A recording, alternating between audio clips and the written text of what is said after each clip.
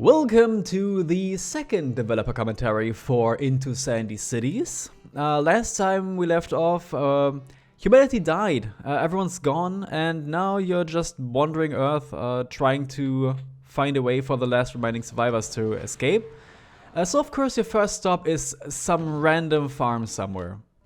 Now this farm, this was interesting because I don't know how familiar any of you are with it, but it is based on Petzen and Findus, or Pedersen und Findus in German. It's a book series about an old man who lives on a farm with his cat, and the cat behaves more like a boy than a real cat does, and it's absolutely delightful and a huge part of my childhood, and one of the very first Doom maps I ever made was the farm, because I like it so much, so I wanted to pay tribute to it. Like there's a few liberties, like for instance these like grain silos aren't in the original map, the original farm, but there's some things that have carried over. For instance, this is the forest bit, because next to the farm is a forest, and the forest also leads into a little pond, which is relevant in one of the stories, as well as another location I'll get to in a bit later, but this is just mostly a nostalgia piece for me, and of course I wanted more city maps, or like Earth maps in the game than we got, so why not a farm? That hasn't been done in Doom 2. This is the other part I meant. This is supposed to be one of those, I don't know what they're called in English, but it's the things that construction workers can live in, or like rather set up base in when they do construction. And there is there's a part in the Christmas story, which is, I think it's just called the Mechanical Center in English, where Petzen and Findus go into the forest and meet this guy whose only job is it to just watch out, just keep an eye out on the trees so people don't steal them. But of course he doesn't really like realize that, so people keep stealing them, and that's what that's a reference to. This is the pond, of course, that I mentioned earlier, which is part of, I think, like at least 2 stories. And I don't know, I just like making this map. It's a nice trip through memory lane for me. But more importantly, it is also based on the one of the PC games of Petzen and Findus, which I have streamed on my Discord before. Which is basically just you control Findus and you walk across the farm, and you can solve puzzles. You can do various mini games. Like there's one with a train. There's one where you have to catch water in a ton and such, and it's just delightful. So that's basically what I wanted to capture here, just this like idea of walking back and forth through various sections of the farm. There's also a game that takes place inside the farmhouse, and there's one that takes place inside the barn. The barn is where we just got the key. No, we didn't. Oh my god, I'm not paying attention. That's where we had the rotating tentacle walls, and that was in the first PC game that took place inside the barn there. It wasn't a barn; it was like a woodshed. It was all about solving puzzles, which is why I said that. So that's a reference to that, and yeah, the inside of the barn of their farm, I mean, is it's basically fictional. I mean, it does have an upper floor, I think. It has an attic at least, and it does have a basement. No, I don't think it has a basement. I think it only has an attic. So, well, the inside is just fictional, just what works best for gameplay, and I think it honestly works quite well. This is also where I feel the Sandy inspirations are a bit more accurate. I feel like this works well, even though some things are a bit, I wouldn't say anachronistic, like these vine walls that to me just represent forests, like just forests basically, like the leaves and such. They're not really meant to be marble walls, but I guess they could also be just like some random demonic walls that they teleported in or something. That's a theme in Sandy's maps. Overall, it's just a a little recreation for me. You might also notice these like random switches that I keep pressing, and they lead into an underground section, a little maze, and that is also reference to the PC game, the second one, where if you've played all the mini games, you can open up the way to the underground, and that's where you can find the gardener, and the gardener does all the like gardening for you. That you have like a little garden in the back where you can grow stuff, and he'll like automatically remove weeds and such. I remember playing this game as a kid and never being able to actually find the gardener because some of the puzzles you have to do, represented here by the switches, are too difficult. So when I streamed the game, that was one of the first times I actually managed it. I remembered later that I had actually done it successfully at a later date, but I'd completely forgotten about that. But still, it was just nice to like actually be able to do that after I tried my whole childhood to do it. And here the gardener is represented by the plasma rifle. It's a weird secret because you really only stumble upon it right near the end, but you can do it right away if you know what to do. What are you doing? Are you trying to get all the What are you? Huh? I think I gave up. Yeah. Just leave. Okay, thank you. Yeah, the farm. The developer name was Peterson's Farm, which is a reference to Petson, obviously, but the farm works better. Oh, and here, Inner City. This is the downtown replacement, and right away, that's the title screen. Doom guy fighting the cyber demon in a big city. That is just the title screen of Doom 2. I even made sure that the buildings to the sides of Doom guy are the same as can be seen on the title screen. I think only on the title screen for my game. I don't think they're accurate to the original because mine is flipped horizontally to give it that alternate universe feel. But yeah, I know the original Downtown has a cyber demon roaming, but only in multiplayer. But I was like, why? Why not just like have him as like an obstacle that you have to work around constantly? You don't have to fight him. Doing this pistol starting this level is a lot of fun. Same as the farm actually, because you can actually defeat the cyber demon right away, and the further you move, the more monsters you wake up. So it's this like hectic move from building to building because that's the only places where you're safe. It is a bit easier if you have all the weapons. But then again, then it turns into a shootout right away, and that's really cool. These are supposed to be subways, by the way. They take you from like one end of the map to the other, like in Pac-Man. Just a neat thing. But yeah, I really like the gimmick of this map. The original Downtown didn't really have a gimmick aside from like not knowing where to go, which is a great gimmick. It works well for a city, in my opinion, even if it's kind of annoying at times. Even I have to agree with that. But this gimmick here is, I feel, a bit more engaging because it's just having to run from the cyber demon. You may also notice that if you've played this map before, a lot of the places that you have to go to are in complete view of the cyber demon. Like he can just like shoot you on the like little bridges and stairwells you have to walk up. So the idea is to just rush it as fast as possible while dodging the rockets. Yeah, I really like Downtown in the original Doom 2, and I think this is a neat like recreation. It was fun to figure out what puzzle rooms to put into all the buildings. I think every single building has at least like one puzzle or secret, and I think that's just neat.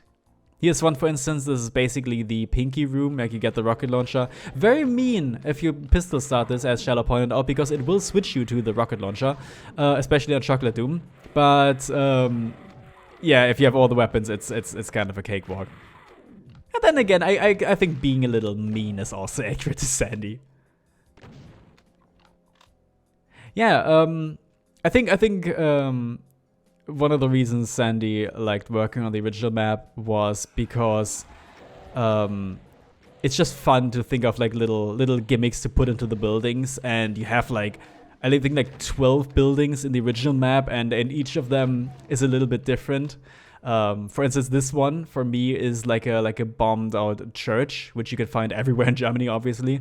Which I also talked about in my video of in which I made sense of Doom 2's maps. And like I said, like all the other maps, a lot of the things in these ones are paying tribute to that video. It's basically just like how I interpreted the original Doom 2 levels, and yeah, just like seeing if I can actually do that properly, like making it more obvious what I see in them. Oh, great part coming up.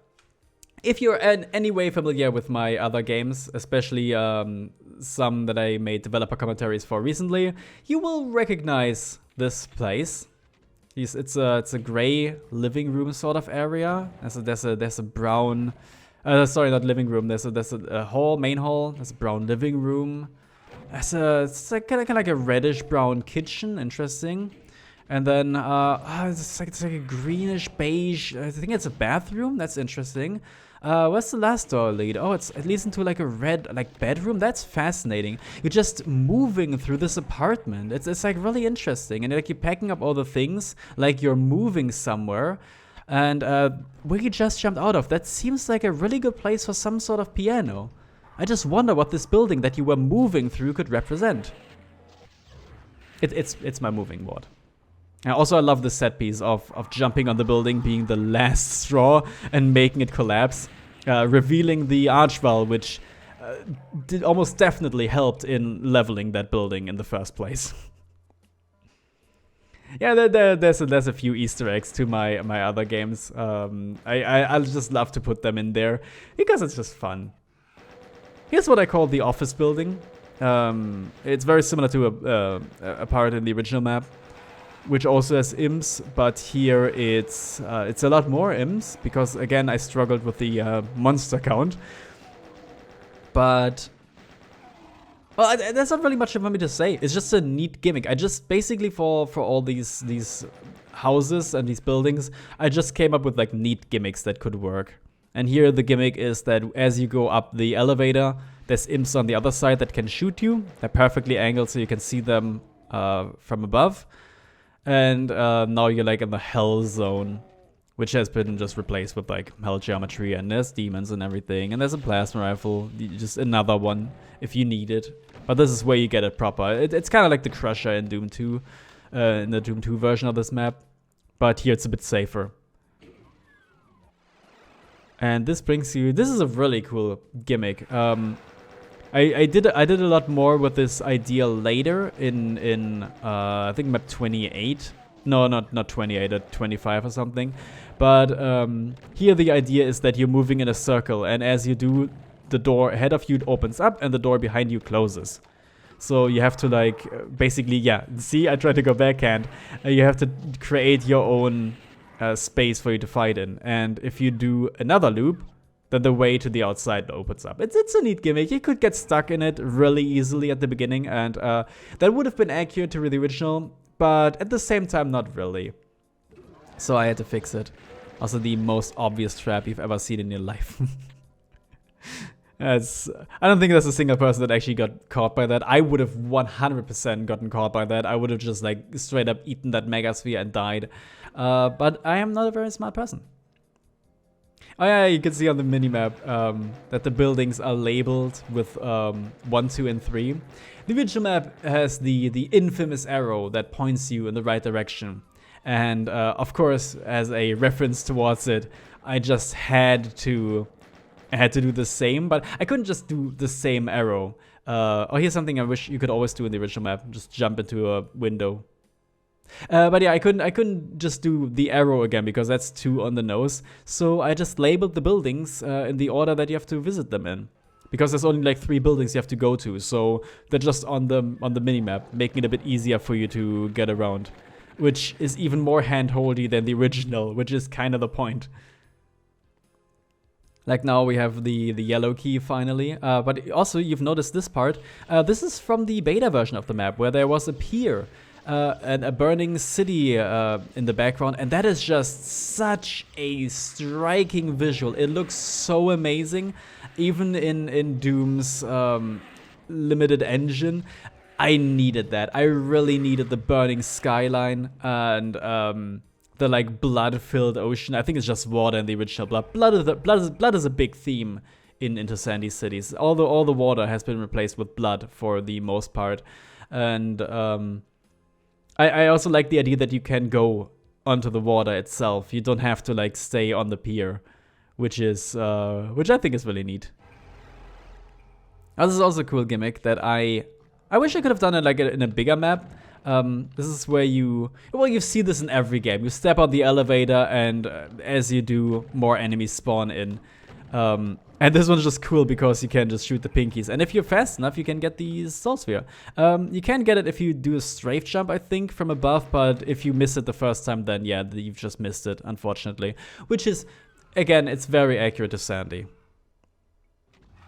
This room is similar to the room with the big lift.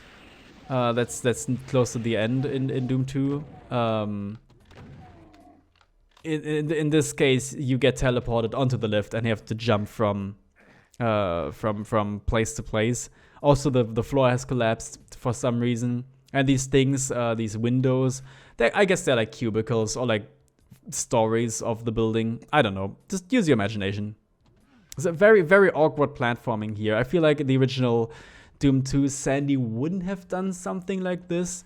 Like there's a few precarious jumps here and there, but this is like strafe jump territory, which I famously dislike. You don't have to strafe jump. You can do it normally. I just suck at it. But this is more like Romero territory. So this was like the last room I added for this map. I was running out of ideas. I didn't care anymore. Oh my god, can you do the jump, please? It's not that hard. Jesus.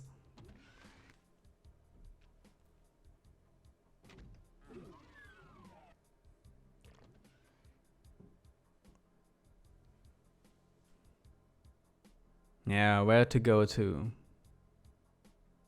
What are you looking for? Yeah, you have to go into the red brick building, as is tradition.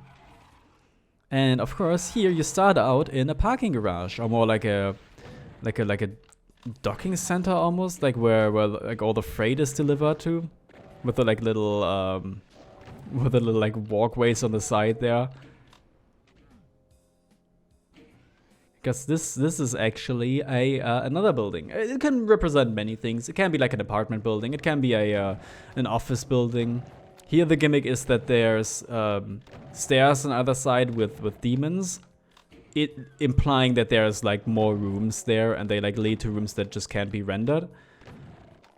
And you have to press the switches in order to open up the way forward. And there's a Hell Knight. It's not very imaginative, but it has a bit of verticality, which is interesting. Haven't seen anything like this in Doom 2.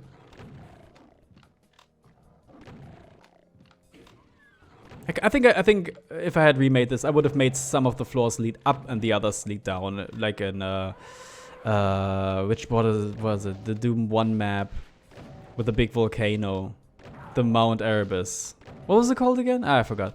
But in the green marble building, there's a place like that. Oh, here's like kind of like a continuation of the gimmick I had earlier with the rotating room. This time you can walk in a spiral from the beginning, and it gets smaller and smaller, and there's really annoyingly placed revenants. But as you get to the end, which will happen shortly, these are a lot of revenants. I think originally they were Hell Knights, but I was like, no, this needs to be like faster. Oh, there's the Hell Knight. Yeah, at the very end, as you get the key, suddenly you still go in a spiral, even though that should be physically possible because you've reached the end and all the walls open up. Yeah, so now you've got all the keys. Isn't that neat? And you can go in here, but uh-oh. The ceiling collapses. Ooh.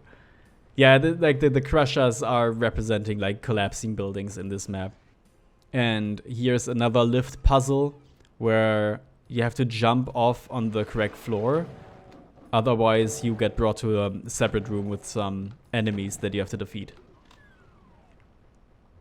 I think this is also a very accurate Sandy style puzzle gimmick.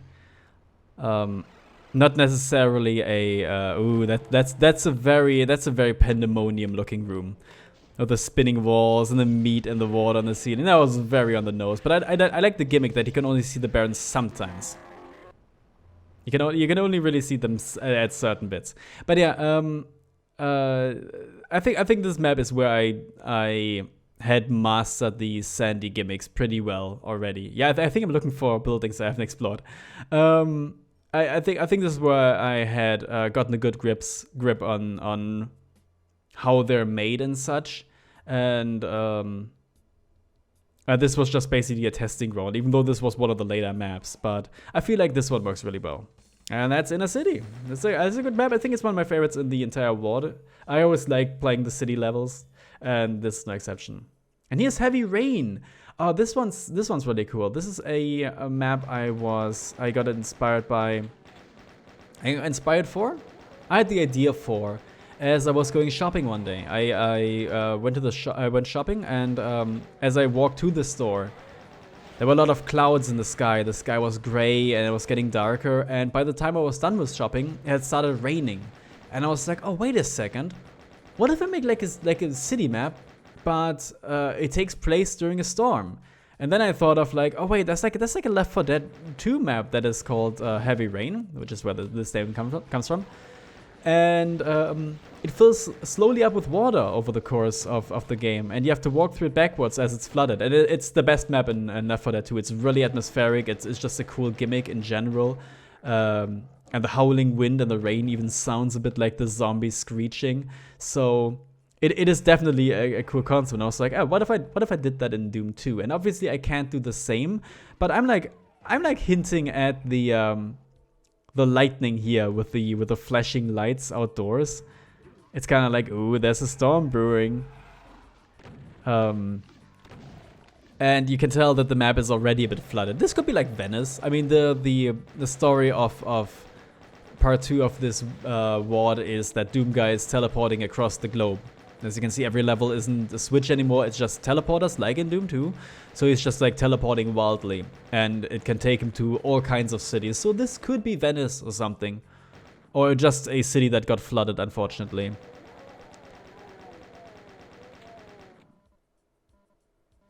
It's a very, very vertical section here. I think it's a bit too vertical for a sandy map. It's a bit too high up. I don't think he's ever done that in any of the maps, but it works well for the gimmick at least.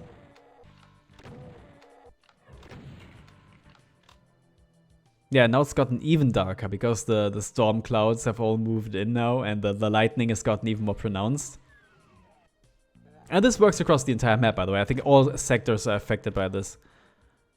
So it's really neat. And finally, it starts raining, and then the map fills up. And that is such a cool gimmick. I'm patting myself on the back for that one. That is so cool and so neat. And it's not just cosmetic, because now you can't actually access the floors below anymore. You can still see them, but you can't go there anymore. But now you can walk on the buildings because the water is so high. So it actually changes the way you approach the map. I have to agree, it's not a very Sandy-like map in terms of progression because it's very linear. But I think the gimmick takes precedence here. The gimmick is basically something Sandy would have done.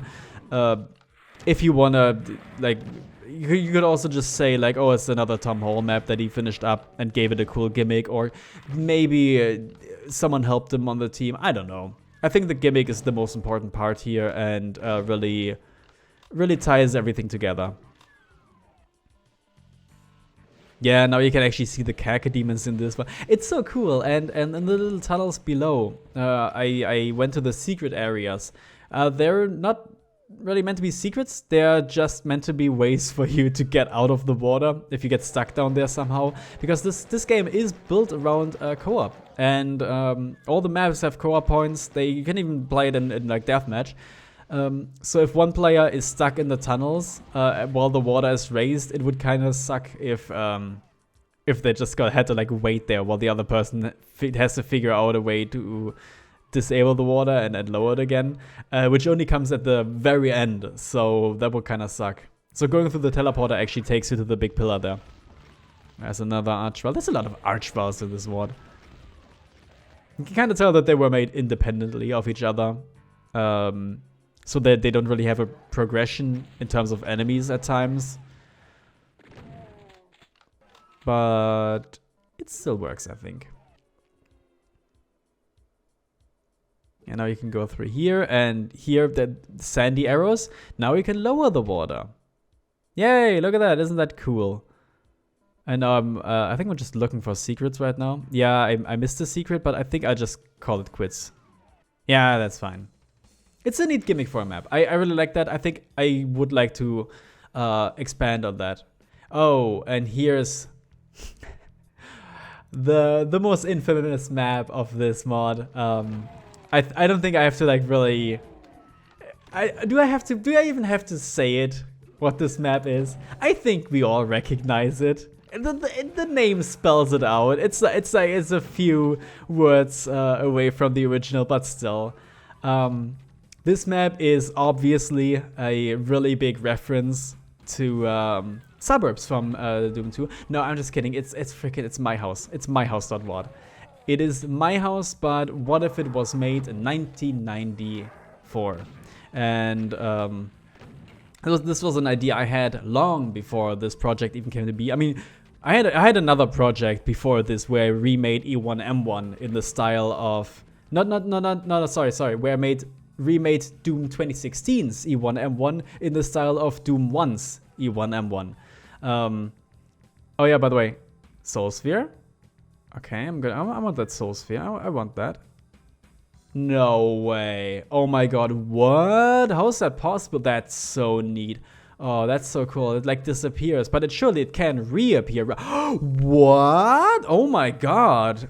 That's so cool. But yeah, I've always had the idea of like demaking famous maps, and My House with all of its gimmicks and like reality bending mechanics was a great pick for it. For instance, right now we're traveling into the mirror dimension. We're going through the mirror, and now the entire map is actually mirrored, and some of the textures are different. Like the floor and the wall textures and such. And all these secrets have been replaced with enemies. Where there were secrets in the original, like goodies and items and such. Now there's just like chain gunners and lost souls and such.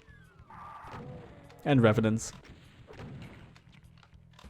Yeah, I think it's just a neat idea, because I've said in one of my videos about Sandy's mapping style that the idea for a My House style map is very accurate to what he always did, because it's an urban setting, there's hidden horrors, and of course there's a lot of gimmicks and reality bending mechanics.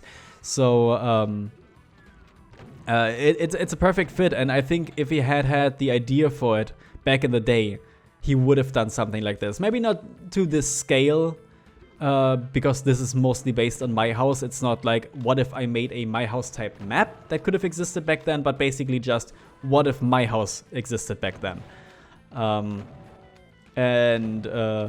I still think it works exceptionally well with all the little gimmicks and such. There's more coming up later. This is like one of the more boring ones, because it's just the same house, but it's mirrored. But it's so neat. See, there's another goodie on a pillar that you can't get to, like the Soul Sphere in the original. However, this is an exception, because if we go through the exit door, we don't exit. We actually get to the pillar. You can get it. You can get the next secret. Isn't that nice? You could never do that in the original. Oh, it's so sweet. But yeah, this map is heavily inspired by Suburbs. It was basically, I just looked at Suburbs, how Sandy designed the houses there, and then I just did the same thing. With some slight tweaks here and there, of course. Yeah, there's something there, and oh my god, you can raise the sinks. Isn't that sick? And oh my god, it raises the bathtub, and now you're not in the bathhouse, but now you're just in hell. Hey, welcome to hell, Doom guy. Remember this? Yeah, you do. Yeah, this is the same house layout. It's a lot more subtle here than in the mirrored version, but you can still see some similarities. Like for instance, the part on the left there, that's the stairwell that leads down to the basement. The basement that doesn't exist in this version, of course. Yeah, that one. And here's the garage, for instance, which is where you proceed. This space obviously is inspired by the bathhouse, which is where there's a lot of cacodemons. everywhere, and there is an upcoming section if I were to press the switch that is hidden in the... No, go back. No, yes. If I hit the switch here, it opens up the next section. And this just this could be like the showers in the original bathhouse. It's just another like cool thing with like more monsters to surprise you. And finally, yeah, okay. And finally, yeah, here's like the sky section. Though instead of just the floor being hard to navigate, it collapses here. And you may have noticed I've been shooting these ice switches, and you may have also seen one appear on the wall afterwards when I looked over to the Bauhaus level. When I looked over to the Soul Sphere, and that's for accessing the secret, because as we know, my house has a secret ending, the true ending, and so does this one, basically. It leads you to the secret level. And here it's the Bauhaus level. You start out in the regular version. It's nice. It's a bit gray here and there. Yeah, it's kind of lame. And you have to click on the walls to open them. Suddenly you go to the big version. And this version is like... In this one, it's overgrown with vines to emphasize that time has passed. So, like in the original, it can be read as like the player experiencing it as a child and then later as an adult, much later when it's, you know...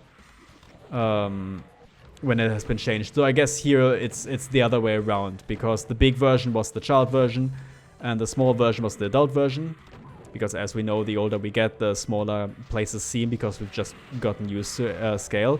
And here it's the other way around, where the small version is the normal version and the overgrown big version is the future version. It's just hell shenanigans. I don't know. It's just... you don't have to take it too seriously. It's just my house. I have to say, though, that this map is one of the less accurate Sandy-like maps.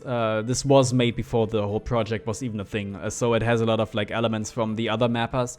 For the most part, it is based on Sandy's stuff, but there's some things later. I think right as we exit this area... Oh, there's another switch. This one is the most obvious one, like in the original, where... I think it's the Bauhaus one where you find the like frisbee really easily next to the house, the dog house, the like dog kennel. And I wanted to players to like be pushed in the right direction in a more obvious way. This one sucks to navigate. Even I know how it's done, and I get like stumped sometimes.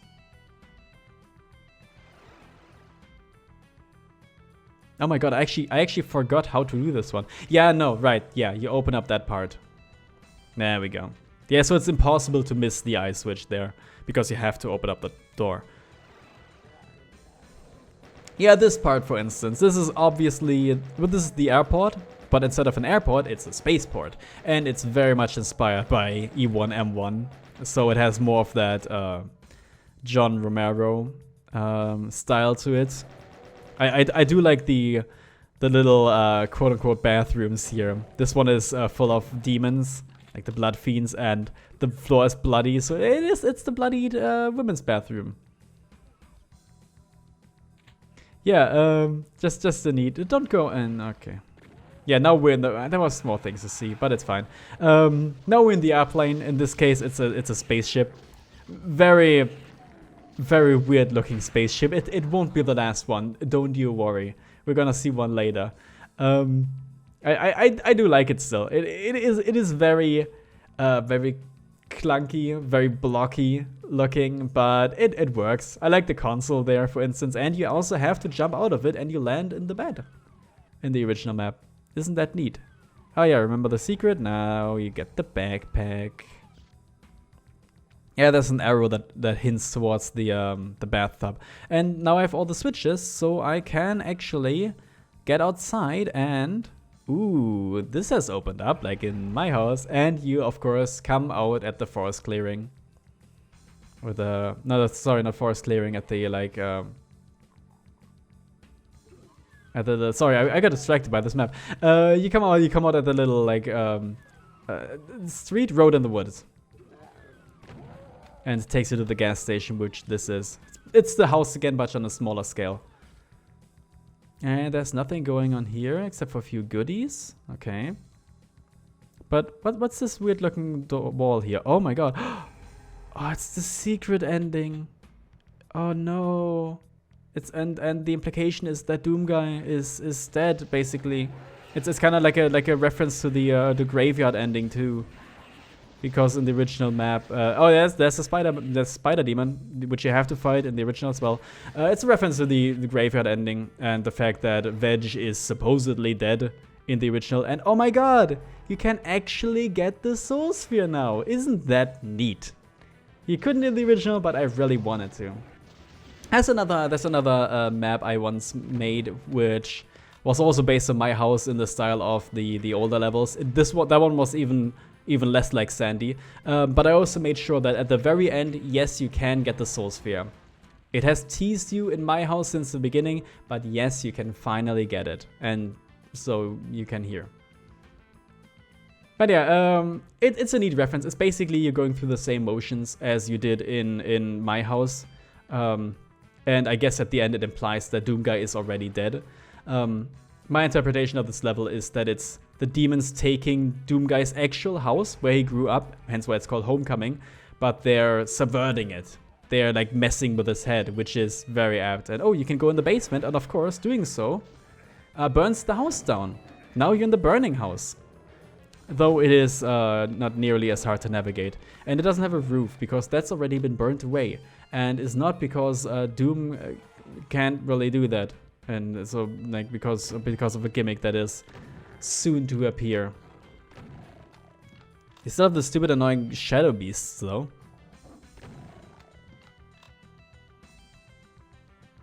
On the harder difficulties, there's not as many rat suits. There's only the one. Yeah, now the house burns down entirely. And there's some enemies outside. So this is also like the empty lot ending, in a way.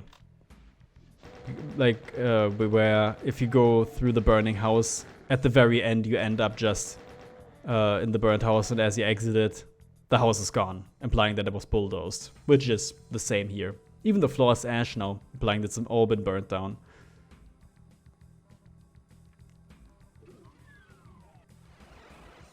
And now we're here again. That's cool. Are you gonna do the airport secret? The other ones? Please?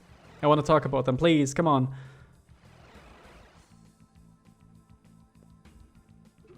Yes. Okay, yeah, this is a little control room here. With a secret wall that you open up.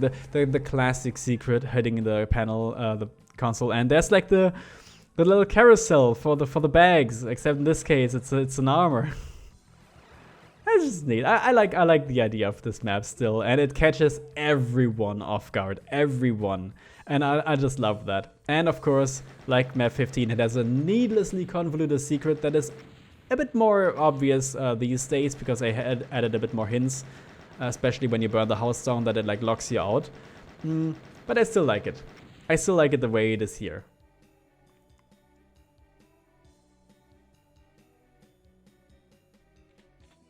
And now we enter Mein Leben! Oh gee, I wonder what this could be. Though here, it's actually meant to be sort of canon. In the original, it's kind of up in the air. It's kind of like a tongue-in-cheek, like, ooh, you're in Wolfenstein, wink, wink. You better blaze through this one, wink, wink, wink. But here it says that you've traveled through time. So, you're not even in hell here, technically. You're just Doom Guy traveling back to, like, you know, 1945 to kill Hitler, essentially. I guess the implication is that Doom Guy was the one who killed Hitler. Which is pretty based, I gotta admit. And of course, like, the Wolfenstein level was based on the first level of Wolfenstein 3D's first episode. This one is based on the first level of the third episode, which is the one with Hitler in it. And that's pretty much it. There's not much more to say here. I don't think it works as well as the other one, of course, because here the secrets are a bit more convoluted. There's a particularly annoying one here. Yeah, that one. I didn't even know that existed for the longest time until I made this map. So, Yeah, I don't know. This one also doesn't have a secret exit, so to get to the secret level, you just go through the regular exit. But then again, it's not a super secret level. It's never called that. It's just an additional level you can do. But again, I made this very faithful to the original Wolfenstein maps, even in the way that these like cells work. I always wanted to do that. I always wanted to do the like Wolfenstein levels in Doom 2. I wanted to do more. I wanted to recreate the Wolfenstein levels in Doom 2 in the same style that they appear in Doom 2. But I couldn't because there's a lot of textures missing, and back then I didn't know how to add your own custom textures. But here I finally figured that out, so I was able to do that. And I could actually have the like Hitler level where you shoot Hitler and have it in the style of Doom 2, which is kind of funny. I mean, there's been like other recreations of it over the years, but I specifically wanted it to like look so crusty with only the same enemies instead of like, oh, here's like the actual guards from Wolfenstein and the officers and the dogs or something. I don't know. I just think it's neat.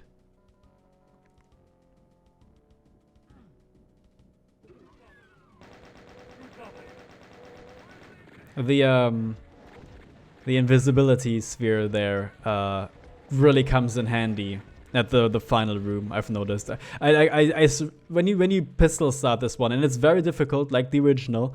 It is vital for picking up because you will die otherwise. There's so many goddamn Nazis in that room. You have no idea. Oh, sorry, pea babies. Yeah, look at that. That would just instantly shred you. Luckily, I do have the rocket launcher, but if you pistol start this one, you run out of ammo so quickly. And at first I thought like, oh, am I doing something wrong? Like, is this like not how the original works? Is this like bad? And then I played the original. I pistol started the original, and no, it also sucks to play. It really sucks to play if you pistol started. Like, not all maps, like all maps can theoretically be pistol started, but it's not fun. Yeah, die if you're a die. That's the title of the episode in Wolfenstein 3D with Hitler. Okay, it does save. Wait, did I leave that in, or is that different? It doesn't matter. But yeah, it just keeps going here, which is unfortunate. But then again, if you go to the Wolfenstein level, you already know about it. So you already know about the super secret level, and it's not really a surprise anymore. So why make the player hunt for it? And yes, this is a new custom enemy that I made myself with Dehacked. Which was very difficult to do, but I really wanted this game to run, first of all, be as vanilla as possible, and more importantly, also run in the Kex port, which had just come out as I was finishing this up. And I was like, oh, like, if I put in like some decorate code, it's not gonna work. So I actually had to learn how Dehacked works. It's very annoying, and it doesn't, the original Hitlers, the fake Hitlers, don't function the way I wanted them to. They stop a lot, you can't walk through them after they've died and such. And then someone provided a fix for them, which basically makes them like the original, like they were supposed to be, and that was wonderful. I forgot who it was, but they are mentioned in the credits file that is part of the zip file. It's still needed. They replaced the keys, obviously. I could have also made it so you have to destroy all of them in order to unlock the exit. The original map doesn't have an exit switch or anything, like an exit teleporter, elevator, sorry. You just kill Hitler and that ends the episode. So it's not like Grosse, where you have to physically escape. So I just added like a random door somewhere. It's not pretty, but I don't know. Like I said, I could have made it so you have to kill the Hitlers, but considering how much health they have, that would have been really annoying, and I didn't want to force players to do that. Also, these are quite deadly. You think like, oh, it's only imp fireballs. They can't be that bad. No, they like really they can really pack a punch, like the originals. Yeah, now it's time for the Megasphere, isn't it? Yeah.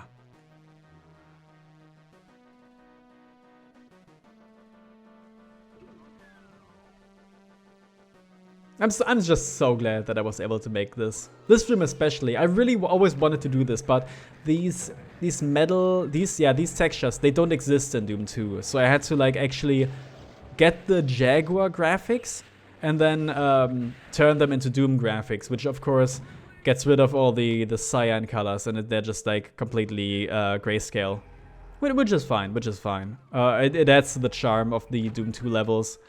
I also made sure that this room in particular looks more like the Große level, with where the walls are they're still 128 units tall, so I couldn't like make the room even bigger. So I added these little roofs, quote unquote, here and there. I think this is a great look for the level, by the way. And here's the exit that doesn't exist in the original, but yeah, it works. It's just, the Wolfenstein level. It's expected. It was coming. So, here it is. And of course, you kill the Spider Mastermind instead of the Cyber Demon. Outskirts. Ooh. So, this one's based on Suburbs. And as is widely known, Suburbs is based on places Sandy has actually lived in, including the house, his current house, and the one of his parents and such. And the same goes for this one. This is my hometown. This is the town where I grew up in. Again, I always used to like recreate where I lived when I was a kid in like RPG Maker and such. And this just fits so perfectly. I'm particularly fond of this room, by the way. This is a very Doom 1 looking room, like gimmick building. But yeah, in this map, you have to go through all the houses that I lived in. This was the first house that we lived in when we moved to the town, and you might have noticed we enter through the basement, and it's flooded, and that's because our basement did actually end up getting flooded one day, and we had to like shovel all the water out, and I thought it was a neat idea for a for like a little house here. The way you enter it is not via the regular door, but you have to go through the flooded basement. I don't know. I think I made this map for more for me than for anyone else. But I think again, like downtown, this is where I had finally mastered Sandy's style. What it certainly helps is the fact that this is almost one-to-one Suburbs. Like everything here can be seen in Suburbs to some extent, with a few exceptions. But yeah. Now I'm actually at the church in town, which is next to a pond. These days, I actually visited the town a few years ago after not being there for like 10 years. And the pond had actually turned. It was just full of algae. There was like no water visible, which is very sad to see. The town has really gone downhill since I moved away. Like it hasn't changed, but where it has changed, it's changed for the worse. And that's sad. We're gonna visit this house later. That's the last house that we lived in before we moved away. But like I said, we're gonna get to that later. Yeah, this is very, very much just, hey, it's Suburbs, but different. But then again, I really like Suburbs, and like downtown, I just wanted to do the same gimmick again on my own terms, and that's what I did here. Here's the school with a little like playground. That's such a cute idea, by the way. I like that. I like it's just like you climb on the it's like jungle bars or whatever they're called, jungle gym, monkey bars. To get the rocket launcher, and yeah, you enter the school and you shoot up the school, but luckily the school is full of demons here, and that was like the forum there. Is that the word in English? I don't know. Where like you also have like the cafeteria was also there. I made several games based on my school. I made 4 actually. I only ever finished one of them. And I still have that because I made that as a birthday present for a friend. He never played it, I don't think. I burned it on a CD though, and I gave it to him. And after some time, I asked him like, "Hey, can I have this back because I lost the original file?" And he was like, "Yeah, sure, you can like borrow it." And he never asked back for it, so I don't think he really like cared for it. But I'm even happier because this means that I have the oldest game that I've ever made. I still have on a like random CD somewhere, and that's awesome. I'm gonna talk about it one day.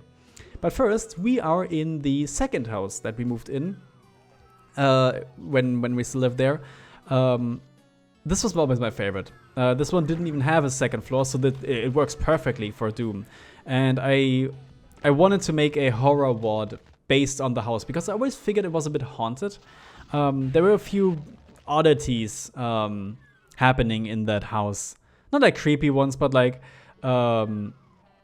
just minor things. Oh, that's why I had my model train set. Yeah. So there's a little like art project of the demons. And I never really finished that. Like, it wasn't a model train set, it was just a big board that I wanted to put all the tracks on, and then like trees and hills and such.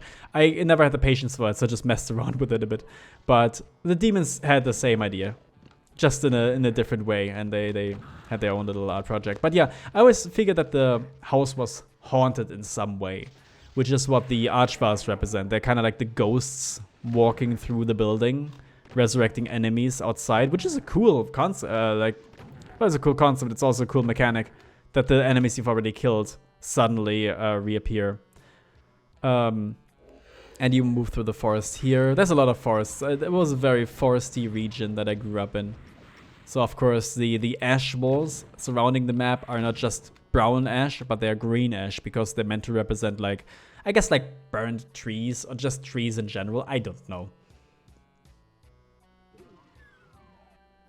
But yeah, this is the living room. They had these like large glass walls surrounding them, which looked really creepy when it got dark outside because you could see everything in the room, but you couldn't see out. It's like the bathroom, my parents' room, the garage where I made a lot of like did a lot of woodworking. Again, I wasn't good at it, so I just messed about a bit.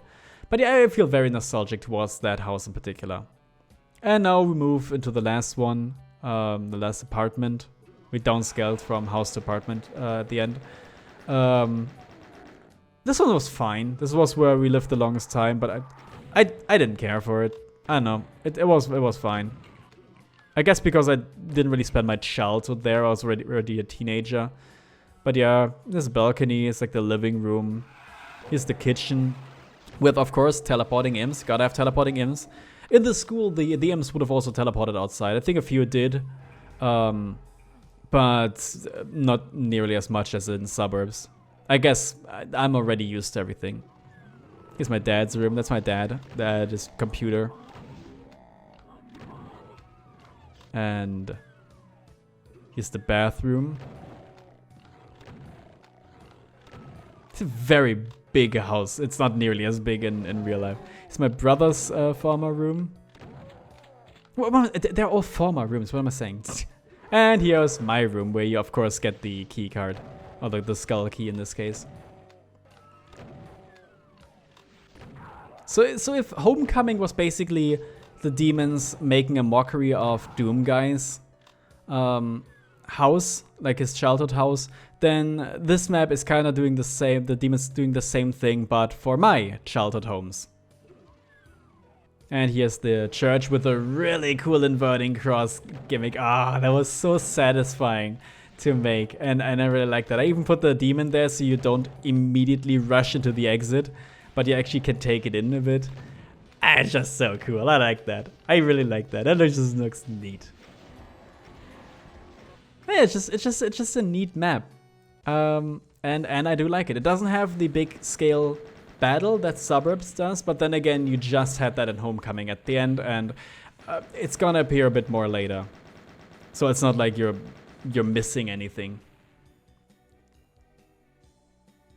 But also, I didn't want to follow the original structure one-to-one. I wanted to add a bit of my own, like, kick to it.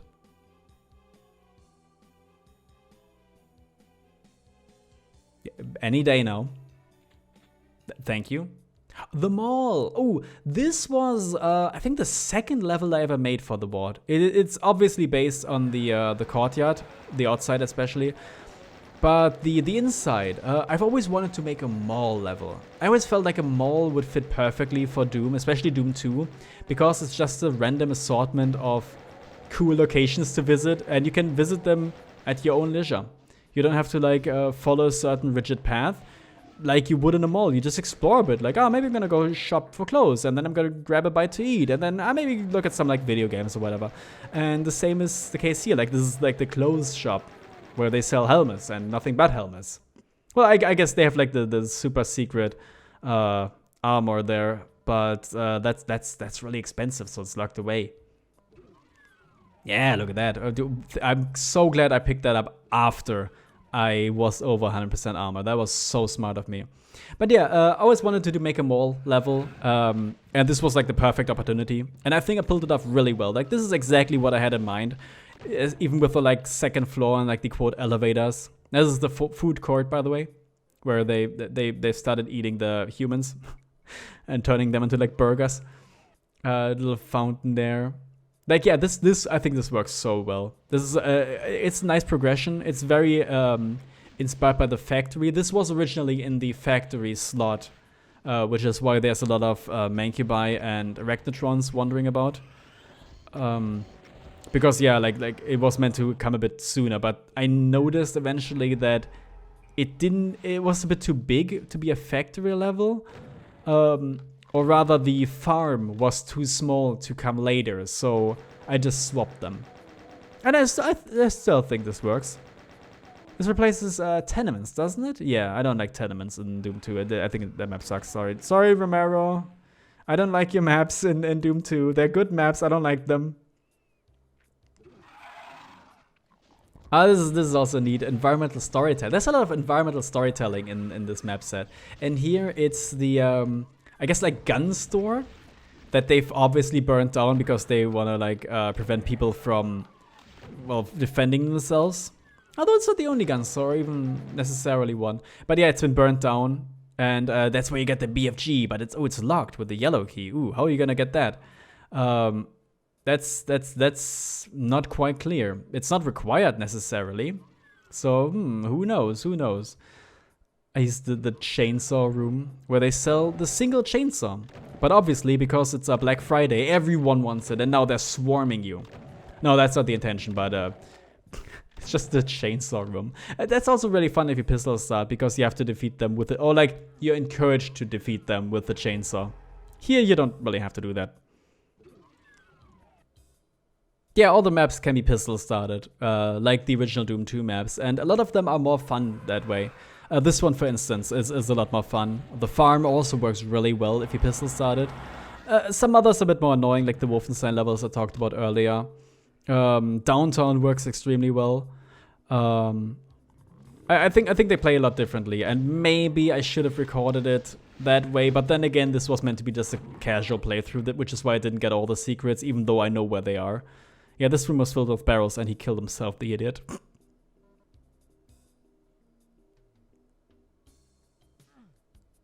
This looks neat. This looks very neat. Here's another gun store, the Plutonia room, as people have called it. I've never played Plutonia. I played maybe like 2 levels of it, and then I stopped because I hated it. But yeah, that's where you get a lot of ammo and a shotgun. And I guess the overgrown walls, they were meant to represent like camouflage. Like, it's like, oh, here's like the manly American, like, oh, stand your ground type room with like camouflage, and here's like where you can find everything for hunting and such. That's what that was meant to represent. Also, the most obvious crusher ever. Here it's a silent crusher, I believe. I'm not sure. It was originally a silent crusher, but I was like, that's a bit too mean. I feel like people would just instantly die because they can't realize it. And yeah, I wanted to go to the maintenance section, but of course I have to go to the store that only sells rad suits first, because as it turns out, the maintenance section is not just dark, which is what I need the goggles for. See, it all ties together. It is also flooded with toxic waste, and this is another maze. I just completely ran out of ideas at this point. But still, this works. This is kind of like the pit in a way. Was it the pit? No, it was tricks and traps. But yeah, this works. This is where you get the yellow key finally, and you could leave the normal way, or you go here and you get another soul sphere on a Omega sphere, actually, a mega sphere on a pedestal. And now you can get the super secret awesome BFG. There's no enemies that come out of the walls. I should have done that, but then again, we've seen that before. We've seen that in the tricks and traps. No, the pit replacement. Yeah, what are you doing? Wait, actually, I think I actually forgot where to go. I'm trying to remember. I'm trying to think about where to go right now. Like, oh yeah, I know where to go. No. You go through the bottom and then on the left. Yeah, there's the blue key. And now you open the doors. Yeah, there we go. It's a fairly short map if you know what you're doing. There's another small secret. If I didn't have the night vision goggles on, you would have seen that there's the like torches or like the candles are flickering a bit. So now I have the blue key, and now I can go into the I guess like storage space. It's like the break room for the employees. I always imagine some like tables here, like them like drinking coffee and whatever. And now, yeah, he's like the storage hall. The containment area, if you will, because this is very E2M2. Tom Hall would be so proud. Oh yeah, people have said that this map looks more like a Tom Hall map. The way that it follows a certain shape, and all the rooms are located within the shape, and that's absolutely true. You forgot the key, you dummy. Yeah, and that's absolutely true. It really does look more like a Tom Hall map. But again, maybe Sandy just finished it up. Maybe Tom Hall had the idea of like, hey, what if we made like a mall type level for our Doom sequel? And of course, you go through the garage, the underground garage. You hope to catch a ride like in waste tunnels, like I interpreted it. But of course, there's none here, so you just teleport out. Then again, I think teleporting out is faster anyway.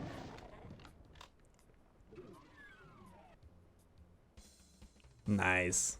It's a cool level. Oh, and that's actually ends this recording already. Wow, that was. I thought this was keep going for a bit, but no. Yeah, the Colosseum is coming up. That's for next time.